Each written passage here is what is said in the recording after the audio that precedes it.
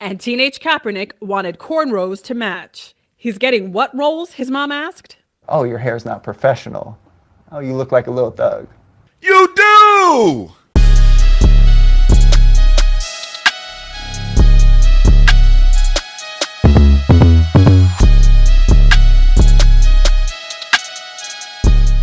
Let's get into this. Ladies and gentlemen, Colin Kaepernick. I cannot stand Colin Kaepernick. The audacity of Colin Kaepernick in this interview is crazy to me. And I say this all the time, how the struggle with biracial kids and their identity in America is problematic because they have this conflict. They're both black and white. They got a black side, they got a mama side. Let's stop right there. I like how he started this video off. He's going to tell us about the struggle that biracial kids go through in the United States, as if he's one of them. Now listen, I don't want to jump to conclusions. I don't know who his parents are, but my eyeballs tell me that it's a lot less likely that he's biracial than that he's just a black man, especially when on his page, his description of himself, he's a self-described black conservative, okay? So it doesn't say biracial, but I like how you're speaking for a group of people that you don't belong to. But let's keep it moving. I mean, black side, mama side. They got a black side, they got a white side. And you heard him slip up, that Freudian slip. Biracial kids, they have a struggle. They have a black side and they have a mama side. What do you mean they have a black side, they have a mama side? Like what would make you slip up and say that? A black side and a mama side. Almost as if every biracial kid in this country, the dad's always black, the mama's white. Let's keep it going. But then in society, they feel like they'll sell out if they don't embrace their black side. Because society tells a mixed kid, a biracial kid, that he has to be black.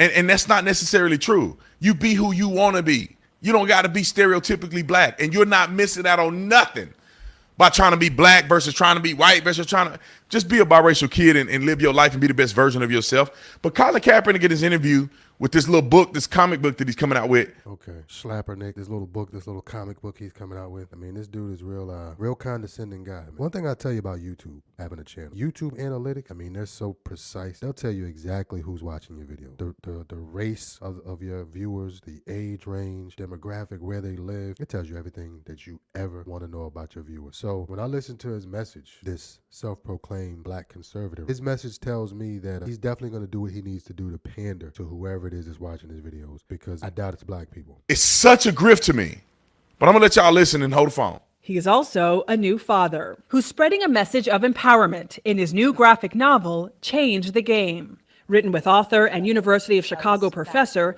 Eve L. Ewing. I love how you depict yourself in this book, not as some big shot hero, but as a shy, insecure high schooler like we all were. Growing up, I think still am a pretty introverted person. I hope it's true to form, and that's just kind of how I navigate the world. It's his true high school coming-of-age story, his journey embracing his blackness despite resistance from many, including his white adoptive parents.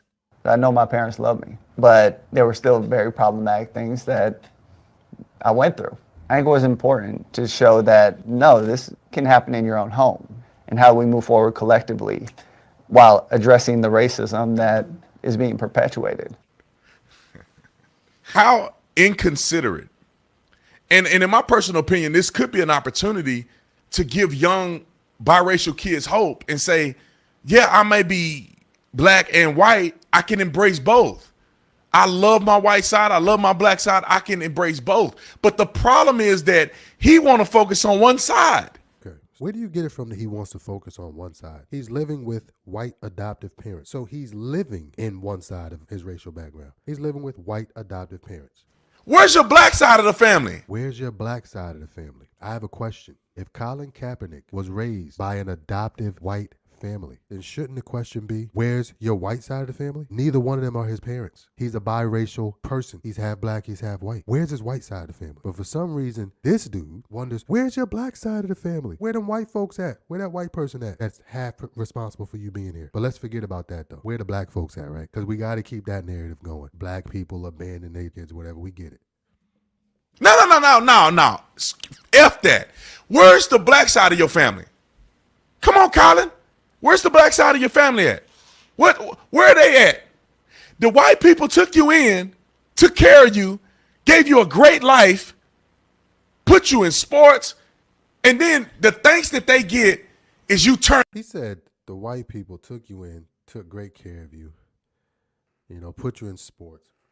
He reminds me of that little segment when Bill O'Reilly was talking about how slaves were well taken care of and given adequate housing and clothing or whatever the hell he said. What are you talking about? Colin Kaepernick didn't adopt his parents. His parents adopted him.